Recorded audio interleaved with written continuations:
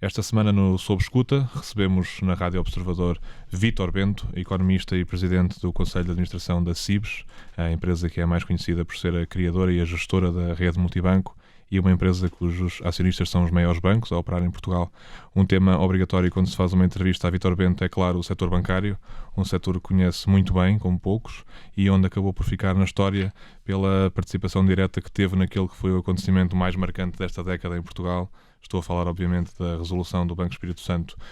Há cerca de 2 anos, no início de 2018, dizia que quando se fizerem as contas no final, o custo de lidar com o problema que se criou no BES e a forma como foi feita a resolução, no final estaremos a falar de um custo total à volta de 10 mil milhões de euros.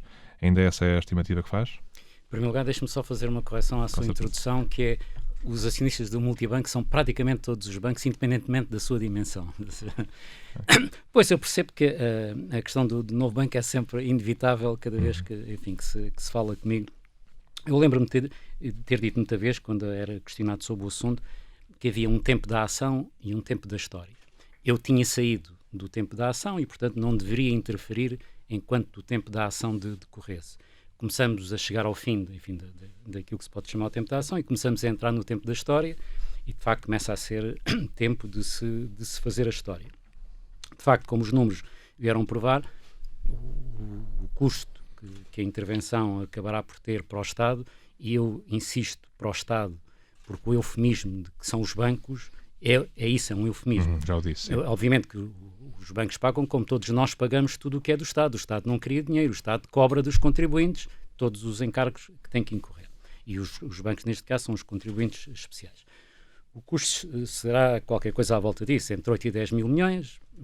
Podemos fazer as contas pelos 8 mil milhões e julgo que começa a ser oportuno começar a fazer a comparação.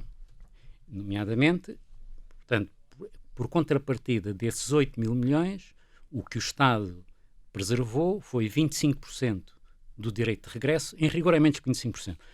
25% do direito de regresso, daquilo que vier a ser o valor de venda do banco. Sim, porque o Estado continua a ser dono de 25%, o Lone Star tem 75%. Exatamente, é um bocadinho menos de 25%, porque quando forem resolvidos os DTAs, a posição vai ser ligeiramente reduzida, mas ficamos com os 25%. Portanto, ficou com esses 25% e cedeu integralmente a gestão do banco. Portanto, passou toda para o outro lado. Agora imagine que esse mesmo dinheiro tinha sido dado para que o banco fosse, para que a recuperação do banco fosse feita sob gestão pública. E, portanto, que requeria o mesmo investimento. E admita também, só por argumentação, não é que tenha que ser assim, que a gestão pública apenas conseguia valorizar o banco em metade daquilo que a gestão privada consegue valorizar. Insisto, não tinha que ser assim, até porque o Estado podia recrutar os mesmos gestores que servem o interesse privado. E não tinha que ser assim, como aliás em Inglaterra se mostrou que não tem que ser assim. Mas demos de barato. Sim. Portanto, que a gestão pública apenas conseguia valorizar em metade. 100% de metade é mais do que 25% de 100%. Portanto, já começa a ser tempo de se poder começar a fazer contas. E isso significa que continua a manter que a nacionalização tinha sido uma melhor ideia? Eu acho que sim. Mas seria possível, naquela altura, injetar esse tipo de dinheiro? A primeira coisa que é necessário para que algo seja possível é que haja vontade. Depois, obviamente, tem que haver a capacidade de superar os obstáculos que surgirem. Mas se não houver vontade, não há possibilidade de superar, sejam quais forem os obstáculos. Ok, tem havido notícias que apontam para a possibilidade de ser feita uma injeção maior por parte do Fundo de Resolução de cerca de 1.400 milhões de euros para assim obter alguma poupança e fechar o processo, em vez de se continuar com operações, com injeções anuais na instituição. Acha que isto seria uma boa ideia? Vamos lá ver. Neste momento, julgo que é praticamente claro que o limite que foi estabelecido contratualmente para a contingência de capital vai ser utilizado. Mais coisa, menos coisa. E, portanto, eu percebo que quanto mais depressa se conseguir resolver o assunto, há sempre uma vantagem, admitindo que não há previsão que haja alteração desse valor, até porque, obviamente, a gestão do banco tem o seu próprio interesse, como é legítimo que o tenha, e, portanto, há de assegurar, que o valor de capital contingente será exercido na medida daquilo que foi contratualizado. São 3.900 milhões de euros, pode haver aqui alguma poupança se for metido de uma vez. Sim, mas quer dizer, o simples facto de se poder resolver o assunto, até porque eu admito que, enfim, que os próprios donos pensem um dia em vender. Eu admito, não tenho nenhuma informação sobre isso, nem isto implica nenhum juízo de valor sobre, mas admito, enfim, que o acionista seja um acionista transitório, enfim, que está num processo de recuperação, que está num processo de recuperação como é normal, e que um dia, portanto, venderá e, portanto, que o endgame acabará numa outra solução qualquer. Portanto, quanto mais depressa for possível resolver, até porque, quer dizer, o impacto nas contas públicas vai ser sempre o mesmo. Quer dizer, o valor é o mesmo. Se é mais cedo, se é mais tarde, obviamente que há de haver um ano em que o orçamento vai ter um hiccup. Sim, um soluçozinho. Mas como toda a gente já sabe de onde é que vem esse hiccup, que isso não tem efeitos estruturais, também não vem daí grande mal. Sim, mas é curioso que a certa altura, nos primeiros anos depois da venda dos 75% ao Lone Star, algumas pessoas estranhavam que, não sei se estariam necessariamente surpreendidas, mas pelo menos estranhavam que o Lone Star estava a ser muito rápido no reconhecimento das perdas. Agora fala-se em acelerar o encerramento deste dossiê. Então, mudou alguma coisa ou o que é que mudou? O tempo que entretanto decorreu, quer dizer, eu admito que desde a gestão do banco, os acionistas do banco já tiveram tempo para reconhecer a situação.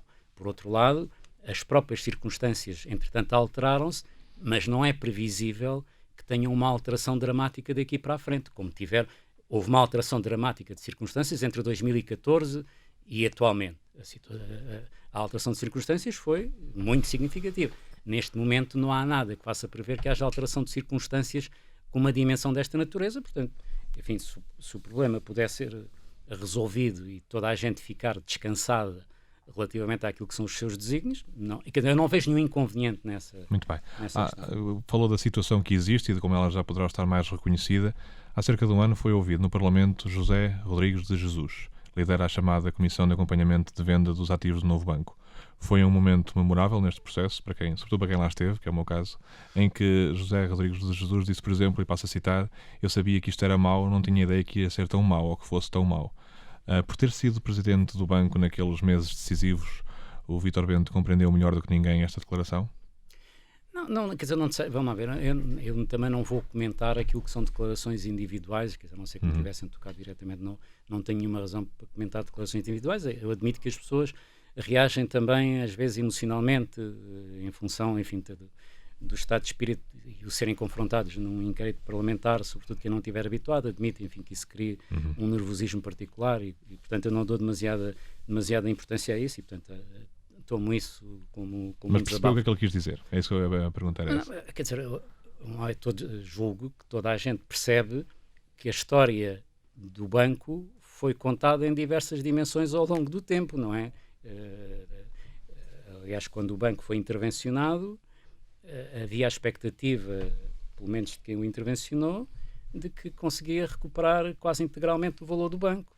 E, portanto viu-se o que é que a realidade veio mostrar. Portanto, admito que esse desabafo refira isso. Mas, enfim, eu não só não valorizo isso demasiado, como, quer dizer, estas coisas também têm que ser vistas no contexto do seu tempo. Sim, de qualquer forma, ele dizia que havia ali certos nomes de mutuários, neste caso de devedores, que seria necessário ter coragem para conseguir enfrentar esses nomes. Sentiu isso quando...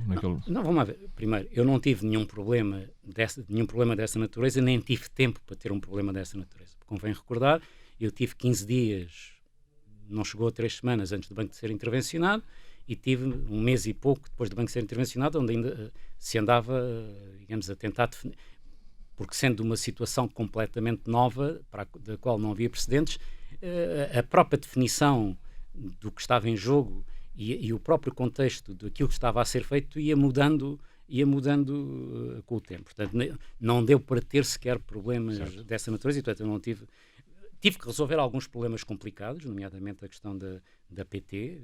Isso rebentou no dia que eu entrei, ou no dia a seguir que eu entrei, portanto tive que agir sobre essa matéria, quer sobre o primeiro momento do vencimento dos títulos da PT, quer depois, quando foi necessário haver Assembleias Gerais para lidar com o assunto, e que havia um outro acionista tinha ações hipotecadas e queria utilizá-las. Portanto, com isso, com essas situações eu tive que lidar, mas não ao nível... Mas teve tempo de não ao nível de poder dizer isso. Não, vamos estimação. Isso eu julgo que desde o início sabiam quem eram os grandes devedores. Portanto, sobre isso não há propriamente... Não era só do Novo Banco também. Sim, quer dizer, mas mesmo dentro do BES, creio que, quer dizer, o próprio Banco de Portugal, que fazia supervisão há muitos anos, havia de saber seguramente também quem eram os principais devedores. Portanto, isso em si não tem... O que o comentário indica é que há um juízo de alguém que entende que aqueles devedores teriam um poder fáctico na sociedade com o qual era difícil de lidar. Eu não tive que lidar com essa situação, portanto não tenho. Foi encomendada uma auditoria externa neste processo de venda e há quem fale na possibilidade de haver uma comissão de inquérito. Se essa comissão de inquérito vier a acontecer, é melhor que aconteça antes ou depois da venda da instituição? Mas haver uma comissão de inquérito para quê? É que o problema é esse, quer dizer, o que é que há a apurar da comissão de inquérito? Já a primeira comissão de inquérito talvez até tenha sido prematura, porque a primeira comissão de inquérito foi muito em cima dos acontecimentos. E aquilo que a mim me parece que uma comissão de inquérito parlamentar deva fazer não é fazer o papel de tribunal, porque para isso existem os tribunais. E que tem demorado, digamos. É fazer o papel de juízo político. Portanto, aquilo que as comissões de inquérito devem fazer é fazer o juízo sobre os atores políticos. E isso, na altura, não foi feito e não creio que neste momento não haja ninguém interessado em fazer esse juízo político. Portanto, vamos outra vez repetir a mesma história, enfim, acusar os acionistas anteriores, cujos processos estão em tribunal, que são os maus da vida, que são isto, são aquilo. Sim, mas isso há de decorrer do processo normal da justiça. Da comissão de inquérito não vai... Sobre essa matéria não vai esclarecer nada. É tentar ver se os novos donos andaram a forçar as contas para receber mais dinheiro. Isso faz como auditoria, não é uma comissão de inquérito que vai resolver isso. Mas o próprio banco tem os seus órgãos de governo próprios e são devidamente supervisionados para eu não querer que haja surpresas nessa matéria. Mas enfim, mas isso...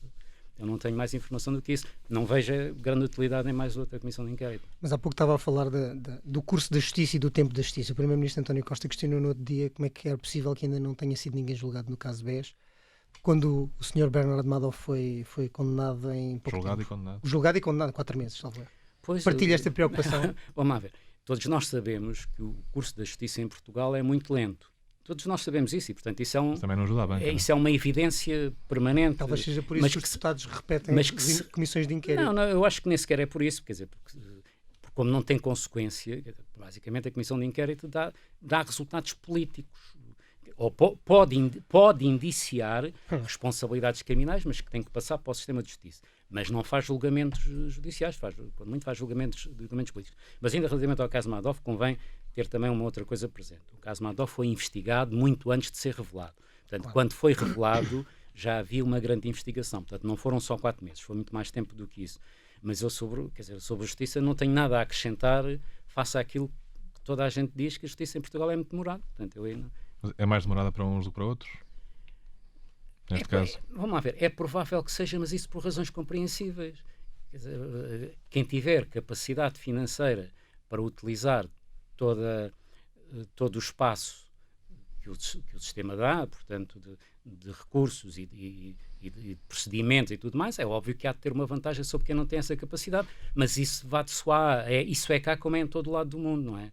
Uhum. É bem conhecida a sua posição, que já referiu várias vezes, sobre a resolução do novo banco. Considera que essa é uma mancha no mandato de Carlos Costa, que está a meses de terminar? Sobre isso eu não me quero pronunciar deliberadamente. Enfim, como digo, houve um tempo da ação, há um tempo da história, e eu acho que este ainda não é um momento para se fazer a história, e portanto, essa parte, um dia, há de ser feito.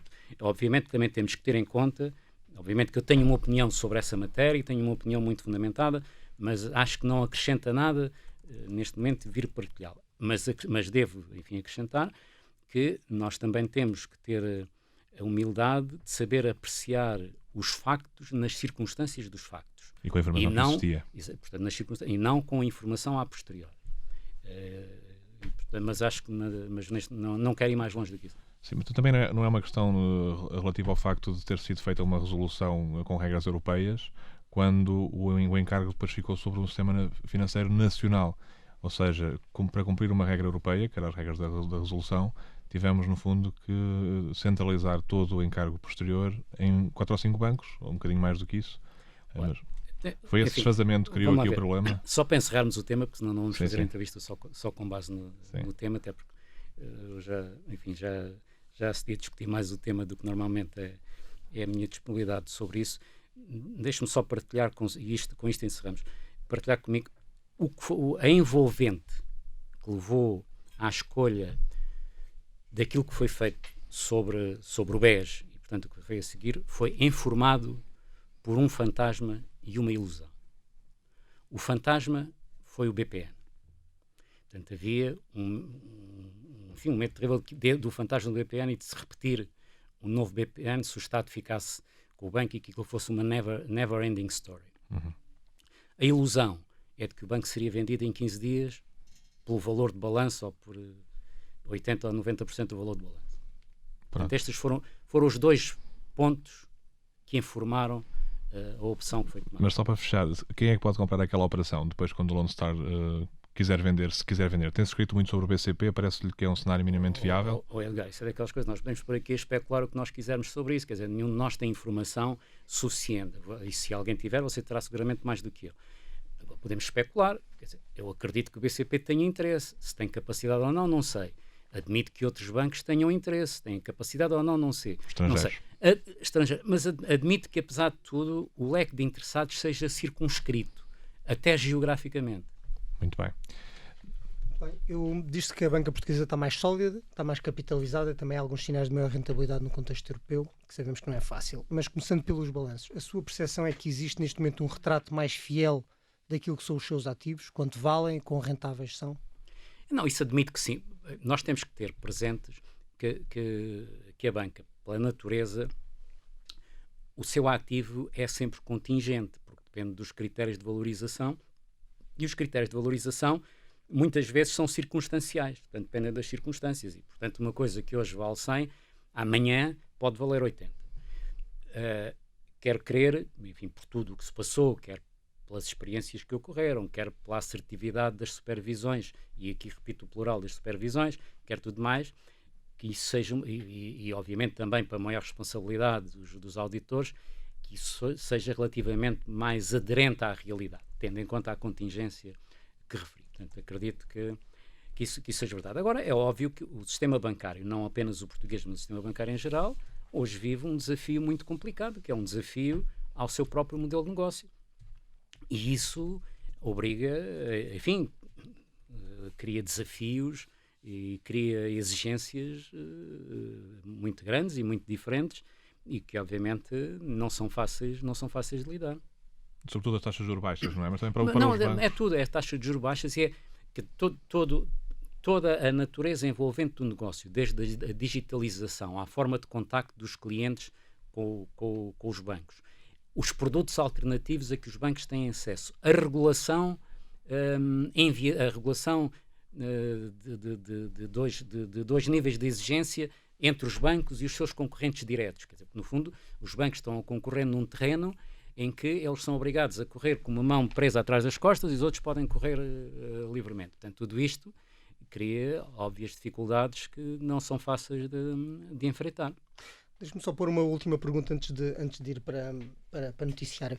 Falando em Angola, falou-se talvez há pouco a falar, também para ligar um pouco à questão do BES. Admito que com tudo o que está a acontecer em Angola seria desejável que pudéssemos revisitar a questão dos famosos 3 mil milhões que desapareceram no BESA. Mas em que sentido? No sentido em que é uma verba que, se Angola pedir ajuda a Portugal para recuperar algumas participações, ou neste caso dinheiro da empresária Isabel dos Santos, que Portugal deveria também exigir à Angola que ressarcisse esse montante. Eu aí devolvo-vos a questão, vocês são jornalistas, se acham essa matéria interessante, vão investigá-la. Sobre este caso do Luanda Leaks e da Isabel dos Santos, do Eurobic, tem acompanhado as notícias sobre a pressão que está a ser feita para que seja vendida a participação da Isabel dos Santos naquele banco? Só aquilo que tenho visto do que tem sido escrito pelo vosso jornal e por outros, não tenho nenhuma outra informação. Mas acredita que esta pressão judicial em Angola e a nível internacional, que se está a antever agora sobre a Isabel dos Santos, pode deixar este banco sob pressão? Um banco do sistema português? quer dizer, é provável que deixe. O que aconteceu este fim de semana ou esta semana com estas notícias, no fundo foi um broá que vai ter custos reputacionais para muita gente. E toda a gente está a proteger dos custos reputacionais, desde os diretamente implicados, às pessoas que têm relações indiretas, aos próprios supervisores, está toda a gente a tentar proteger-se do custo reputacional que isto traz. Se bem que em termos de verdadeiras revelações não há nada de substancialmente novo. A única coisa que há é que isto foi dito em voz alta e com impacto internacional, e obviamente começa a haver muita gente a fazer muitas perguntas. E quando há muita gente a fazer muitas perguntas, há quem naturalmente se assusta, até porque tem consequências práticas. Isto é, as empresas fornecedoras, os financiadores, isto e aquilo, começam, até porque hoje em dia esta é uma matéria que está muito sob escrutínio do mundo inteiro e, portanto, isto tem custos diretos da atividade económica. Mas é isso mesmo, se acredita que este caso pode ter efeitos diretos naquilo que é de prevenção para o futuro? Não sei, olha, eu ainda outro dia, a propósito disto, lembrei-me, eu há 3 ou 4 anos escrevi no vosso jornal um ensaio sobre a governance das empresas, onde o capítulo de abertura era exatamente sobre isto. Era dizendo que Portugal era um país que não tinha capital e, portanto, que estava muito dependente e que, praticamente, o capital que estava a correr a Portugal era de duas naturezas. Era vindo de algumas geografias que tinham problemas reputacionais e de algum capital predador que vinha no toque e foge para fazer... E que isto criava riscos ao país, inclusivamente riscos reputacionais. E que não fazia sentido recusar esse capital, porque, enfim, capital é capital, mas que a forma do país se proteger era ser particularmente exigente na governance das empresas. E, portanto, a tese que eu defendia nesse ensaio, vocês podem no recuperar, era que a governance devia ser um objetivo estratégico de Portugal, precisamente para se proteger dos custos reputacionais que esse tipo de situações pudessem vir a trazer. Já que falamos de bancos um pouco mais pequenos, mas ainda assim relevantes, o caso do Montepio, por exemplo, que foi onde começou a sua carreira profissional, na banca, foi um tema que passou um bocadinho ao lado da campanha eleitoral que tivemos há uns meses, mas tem sido tema nas notícias, não só por si, pelo banco, Montepio, mas também pela mutualista que é a sua dona.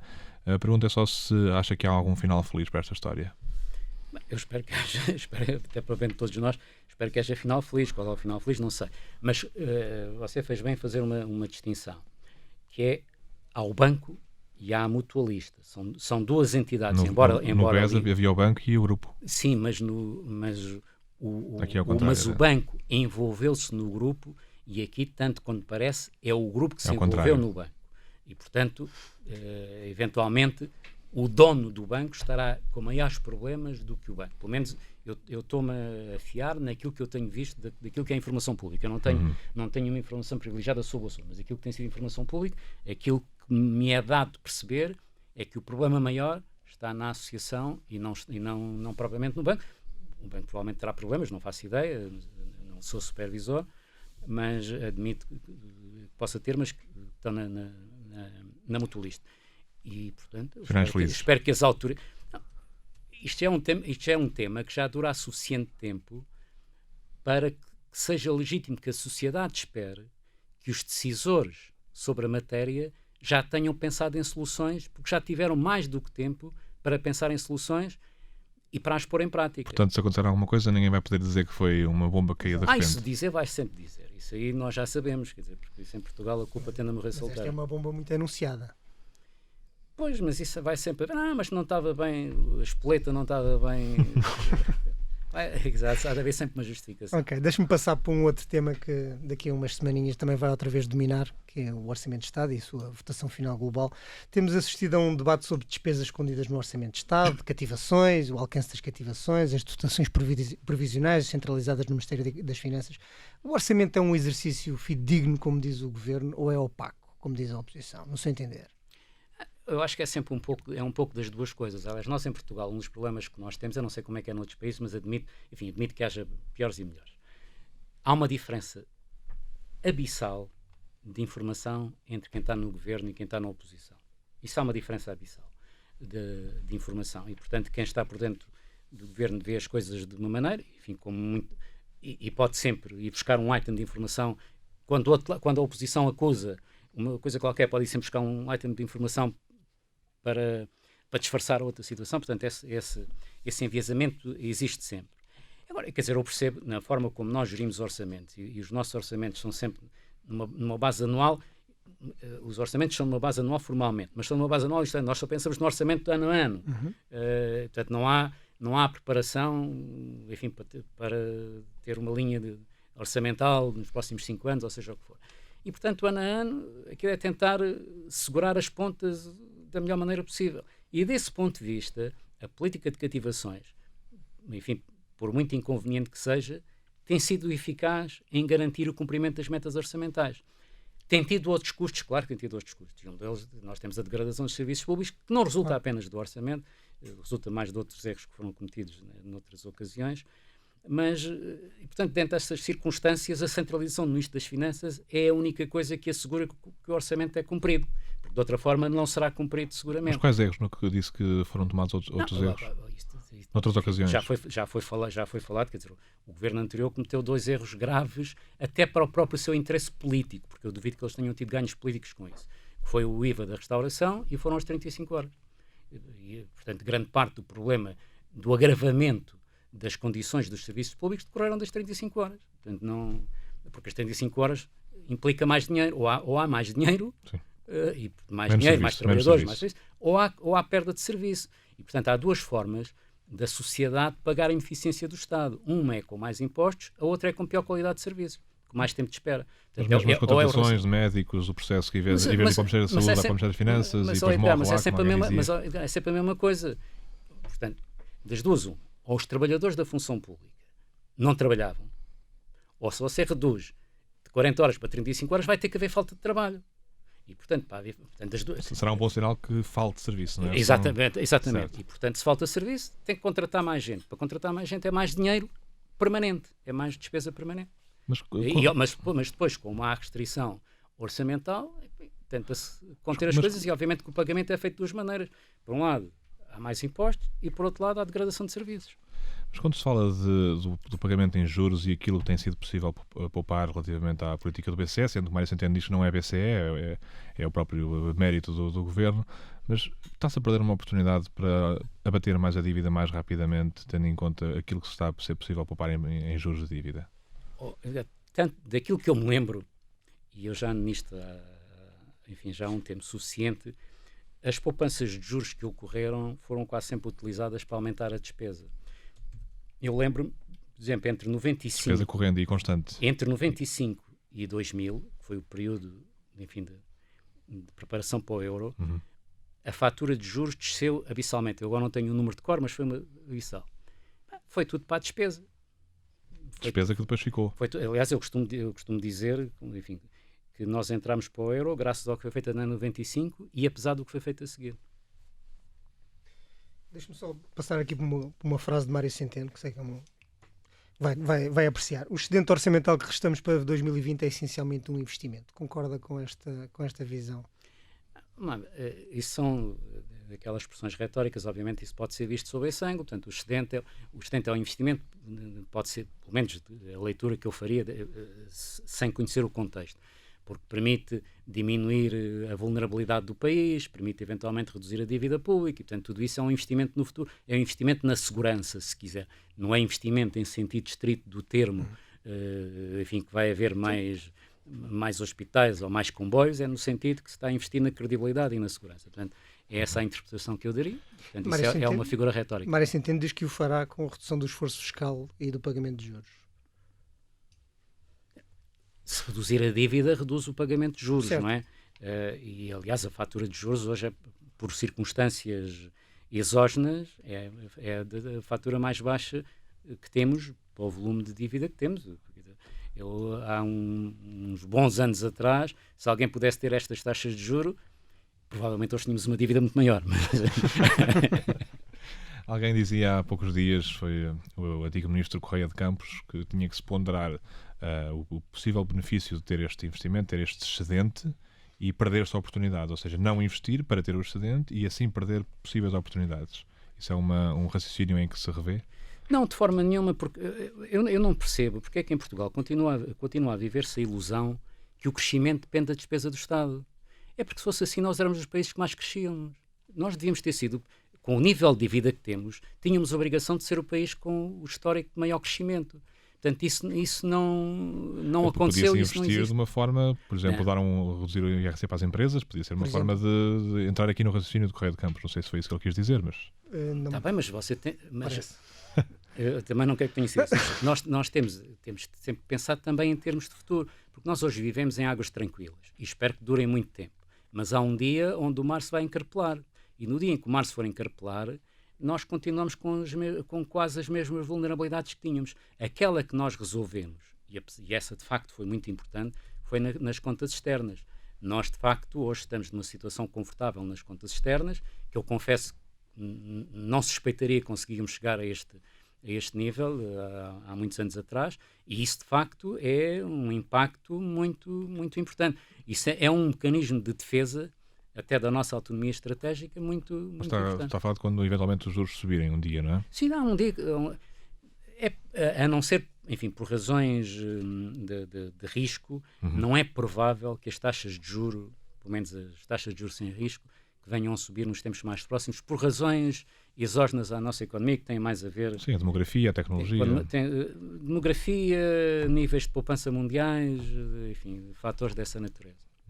Mas a sua preocupação nesse aspecto vai mais para o longo prazo, mas se pensarmos em alguém que está neste momento a fazer um crédito de taxa variável a 30 anos ou 40 anos para comprar uma casa, possivelmente ainda vai apanhar. Não, vamos lá ver, o que pode acontecer é, suponha que daqui um ano, 2, 3, se levanta novamente a dúvida sobre se o euro é sustentável. Aí, quando isso acontecer, o spread de Portugal vai disparar. Sobretudo se tiver o nível de dívida que ainda tem, o spread muito provavelmente disparará. E aí a vulnerabilidade fica exposta novamente. Portanto, essa é a contingência que nós temos que... As pessoas estão conscientes desse risco? Ou acha que vivemos a nossa vida pública e política sem essa consciência? Eu quero crer que o Ministro das Finanças tem. Pelo menos das coisas que eu tenho ouvido ele dizer, eu julgo que isso tem. O resto da sociedade, e começar pela classe política, não tenho a certeza. Eu acho que a classe política sempre vive. Eu acho que aquilo que tem sido o lema da gestão política em Portugal, felizmente não é toda a gente, mas é gaste-se que o dinheiro depois aparece.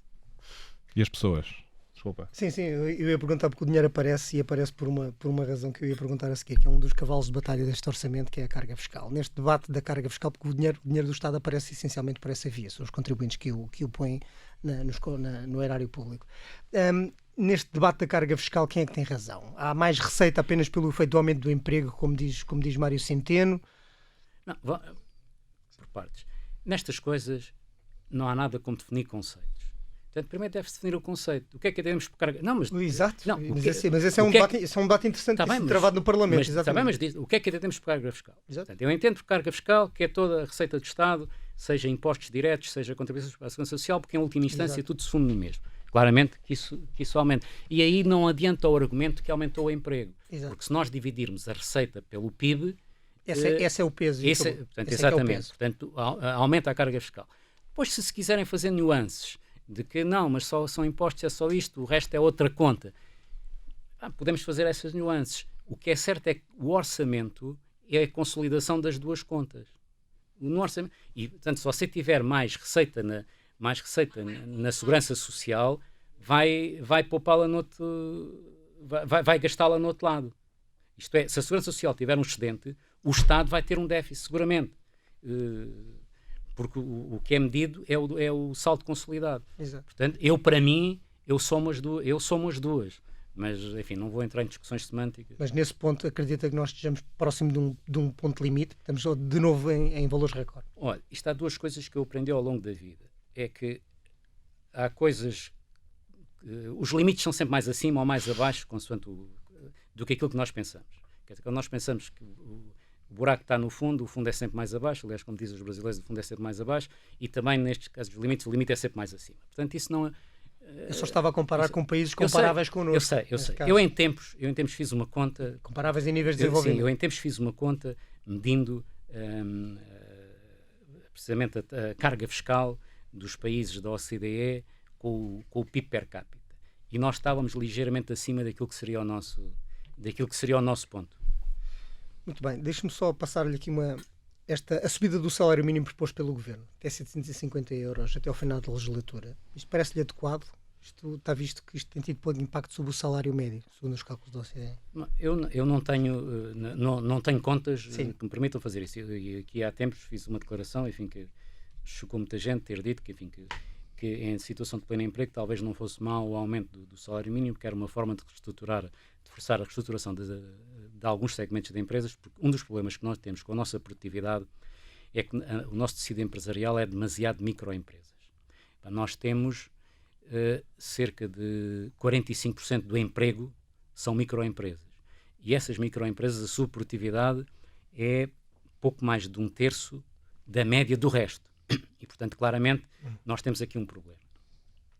E, eventualmente, o aumento do salário mínimo pode ser uma forma de forçar esta reestruturação. Há de ter custos de transição, porque há de criar desemprego, mas se o emprego estiver elevado, isso, apesar de tudo, é absorvido. Agora, já temos muitos aumentos de salário mínimo em muito pouco tempo. E, portanto, estamos talvez a abusar de uma conjuntura favorável. Eu não consigo ir mais longe do que isto, porque, enfim, porque ando preocupado com outras coisas, não tenho feito contas e, portanto, não consigo quantificar e, portanto, não posso ir além da impressão que tenho. Mas parece-me que já são muitos aumentos em pouco tempo, sem dar tempo a que a estrutura assente. Como é que avalia a performance de Rui Rio como líder da oposição, reeleito no último fim de semana? Tem sido o contraponto desejável para a política que existe?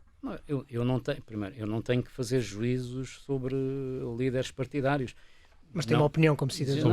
Mas eu já vou isso. Não considero que isso seja nenhuma virtude. Eu não sou membro de nenhum partido. Então, como digo, não considero que isso seja nenhuma virtude. Os partidos são essenciais à vida da democracia e, portanto, os partidos é que têm que definir a sua própria estratégia. E se Rui Rio ganhou 2 eleições seguidas é porque representa a vontade da maioria do partido.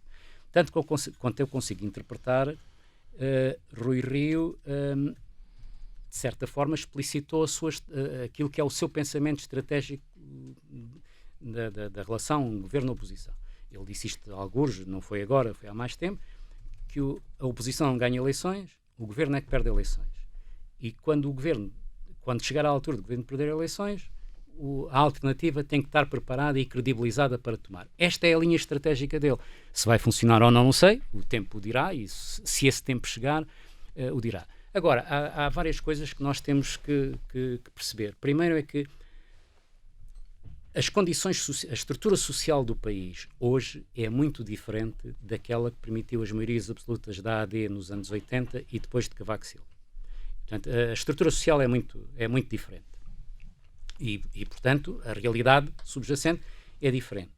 Depois, nós hoje temos uma situação em que mais de metade da população em idade de votar tem o seu rendimento diretamente dependente do Estado. Metade das famílias não pagam IRS. 16% pagam 80% do IRS. 5% das empresas pagam mais de 80% do IRC. Portanto, temos aqui uma situação onde temos interesses muito diversificados. Eu não sei se é possível continuar a haver 2 partidos da abrangência que PS e PSD tiveram no passado, porque disputavam, digamos, segmentos sociais ligeiramente diferentes, com alguma diferenciação. Hoje, o segmento social que decide as eleições é muito grande e é muito alinhado com o lado distributivo. E depois há um segmento relativamente estreito, que é dos pagantes, portanto, dos tais 16% para 80% do IRS, que não têm representação direta. E eu não sei se não vai começar a haver espaço para uma representação social direta destes interesses. Como? A emergência de um partido que representa esta parte, não sei. Mas acredita que vai ser pulverizada ainda mais a Assembleia da República, o Parlamento? Não sei, não é inaudito. Certo. A norma na Europa desenvolvida é essa. Portanto, não é uma anormalidade. Obviamente, nós todos preferimos ter estabilidade política e previsibilidade e tudo mais. Mas a norma na Europa porque a norma na Europa é haver ou partidos que representam segmentos ideológicos ou segmentos sociais. os nossos dois grandes partidos não representam nenhuma destas duas coisas. São partidos multissociais, portanto, multiclasses, e ideologicamente muito próximos. Não têm têm nas suas margens têm uma grande diferença. Ou pelo menos têm uma diferença significativa. Mas naquilo que é o seu grande conjunto não tem uma diferença muito por aí além. Eu não sei se com a alteração da estrutura social do país, se essa representação política continuará a ser aquela que se vai justificar. Não sei, mas isso é a própria realidade social que há de criar a sua representação. Está quase a falar da criação de um partido contribuinte. Quer dizer, acho que esse é um interesse excessivamente limitado para isso, mas admito que, enfim, que o grosso dos pagantes que tenha uma vontade de poder ver a sua voz representada, obviamente associado a outro tipo de interesses mais desenvolvimento da economia, enfim, mais... Mas não existe isso ainda. Tenho uma visão. Não existe, enfim, que eu me aperceba, não existe. Obviamente toda a gente fala de carga, quer dizer, há uns que falam mais, outros falam menos de carga fiscal, mas é uma coisa muito na generalidade. Mas, mais uma vez, ninguém consegue ter uma maioria se não satisfizer os mais de 50% que recebem do orçamento. Portanto, isto condiciona a discussão política do ponto de vista de eficácia. Vítor Bento, muito obrigado pela sua presença no Sob Escuta e voltamos na próxima semana. Muito obrigado.